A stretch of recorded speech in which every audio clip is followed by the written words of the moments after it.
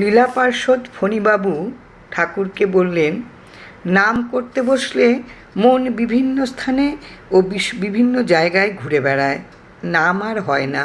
কি নাম দিলেন? ঠাকুর বলছেন, তোমার পূর্বজন্মের সাধিত নাম শুনাইছি, নাম দেই নাই। মাতৃ জঠরেও নাম শুনাইছিলাম।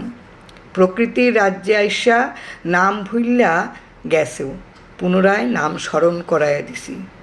নাম করে শিবরূপী প্রাণে, নাম আবরণহীন, তাই মনের সংকল্প বিকল্পের অপেক্ষা রাখে না, অবিরাম নাম হয়।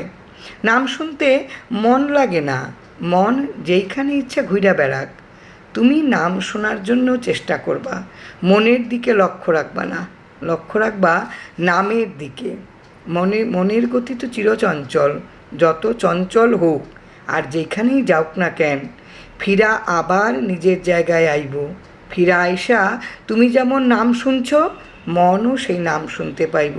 তুমি সর্বদা নাম শুনবার জন্য অভ্যাস করো, তাহইলে মনও বিষয়ান্তর থাইক্কা ফিরা আইসা নাম শুনতে শুনতে ক্রমে ক্রমে চঞ্চলতা ত্যাগ কইরা স্থির ভাব ধারণ করব।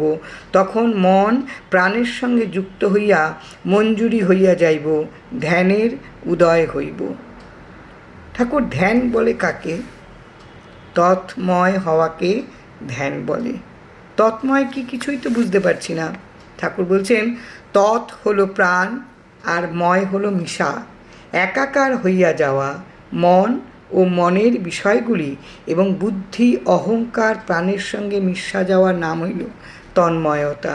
শুধু শূন্য বুঝবার চেষ্টা করলে বুঝা হয় না, কার্য কইরা বুঝতেই বোঝা হয়। ধ্যান করলে তবে বুঝতে পারবা। জয় রাম, জয় রাম।